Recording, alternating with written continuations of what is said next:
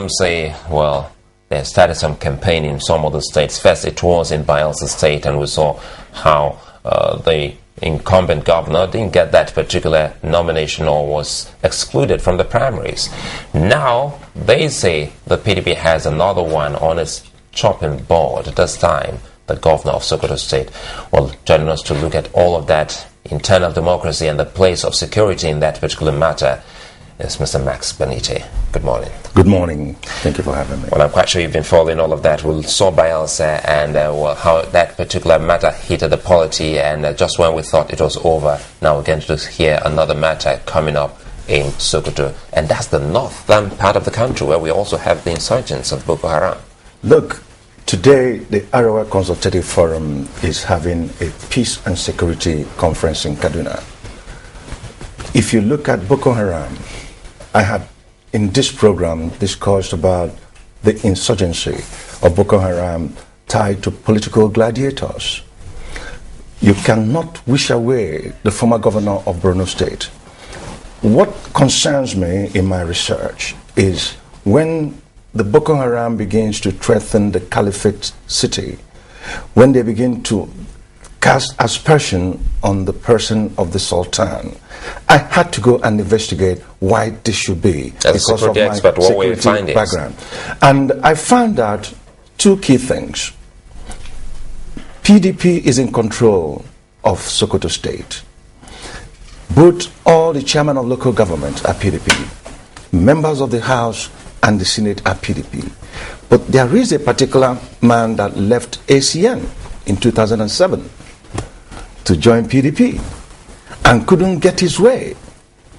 And if I were security agents, I begin to look at Dr. Ganje for promoting discord within the system. I begin to look at Senator Gada for promoting discourse within the system. Sorry, Senator Gada was the one who was supposed to come in as a senator in the last elections. And lost. And they say that it was the Governor Wamako, who deprived him of that particular ticket. The governor couldn't have. The people deprived him of the ticket. But I'm sure you read that also. Of course, I read it in a newspaper yesterday. It's also, there's a rumor that the governor himself supported Tambuwal as Speaker of the House instead of accepting, in quote-unquote, PDP zonal arrangement.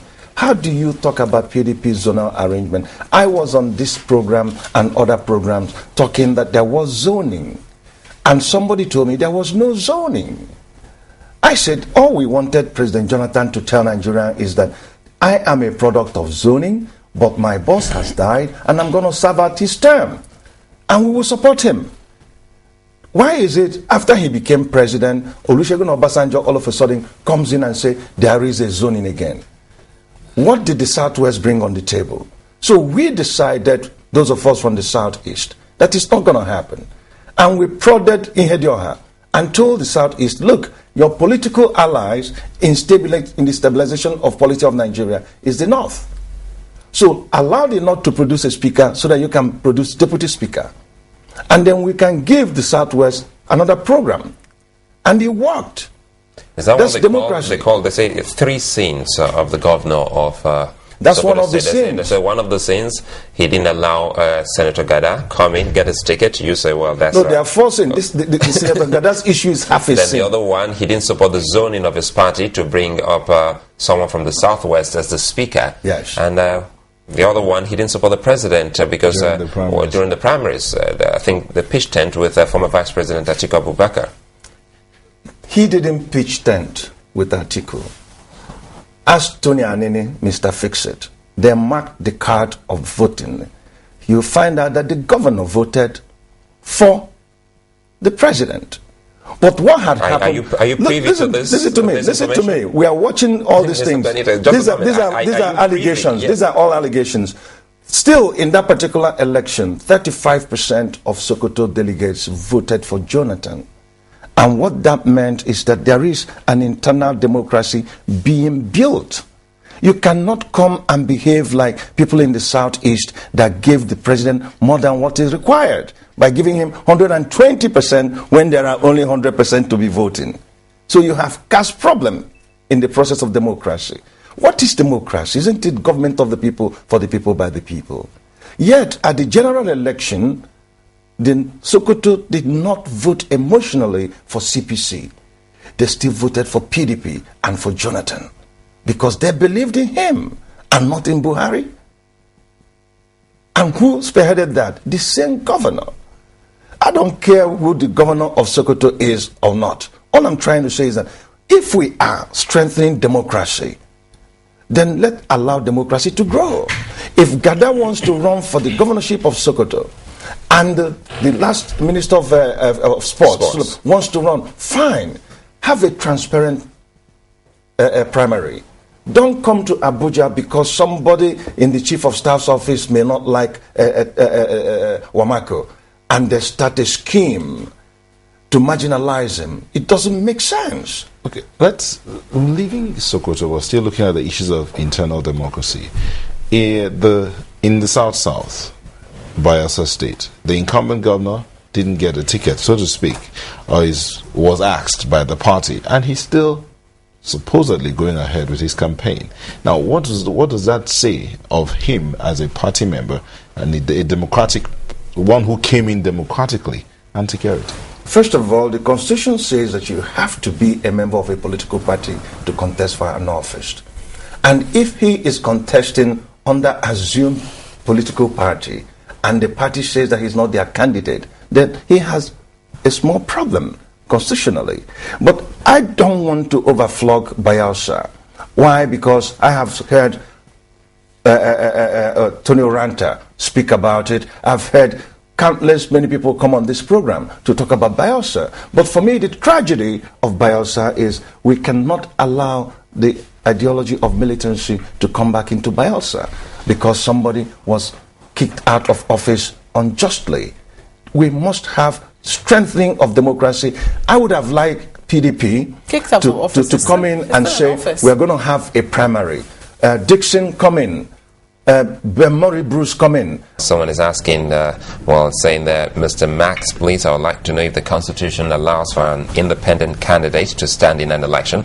And of course, Opeko, you said the problem of disagreement in party primaries, is it only peculiar to the PDP?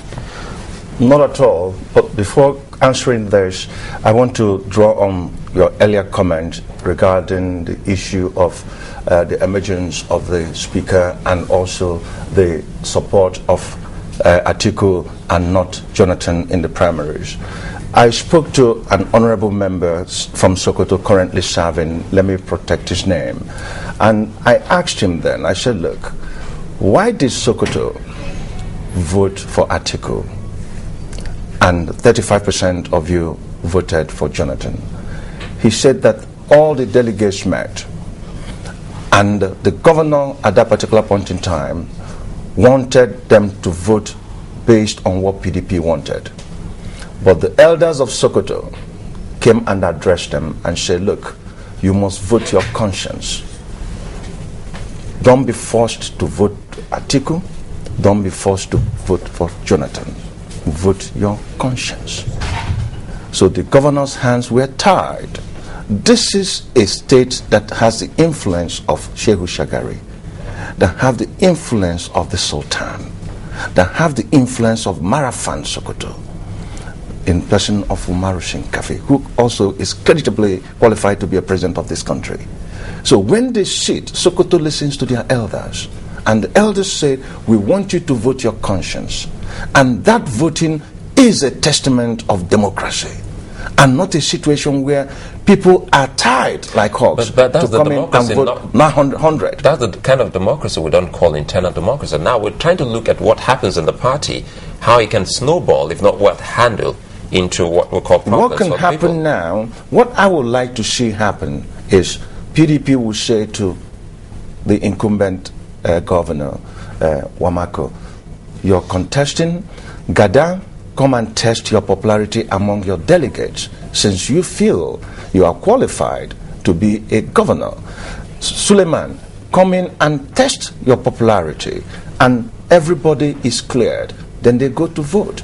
At that particular time, whomever loses would even be satisfied with the transparency that was exhibited by the party. But when you now impose a candidate on the people, disqualify a governor whose people have said is performing based on what is on ground in Sokoto State.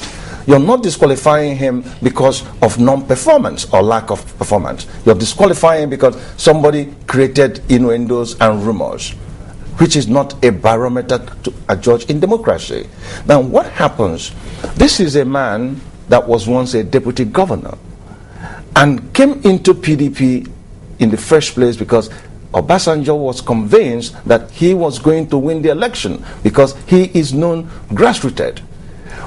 Don't forget that Obasanjo wanted to impose the current deputy governor of Sokoto on the people. And he was counseled that Wamako is grassrooted. He came out of AMPP that he will win the seat for PDP. And they brought him in. And all the Dicampees followed him. And he brought PDP to Sokoto State for the first time. And such a man still has large followership that he can take to another party. And PDP will lose the state. I'm not canvassing for PDP for all I care, but the most important thing is that the security fallout of this, the military, the police, the SSS are already overstretched in the northeast part of the nation, where we have the issue of Boko Haram. Do we need to start another front? And the third front might open up at the burial of Ikemba, because Masob would like to come out in full force.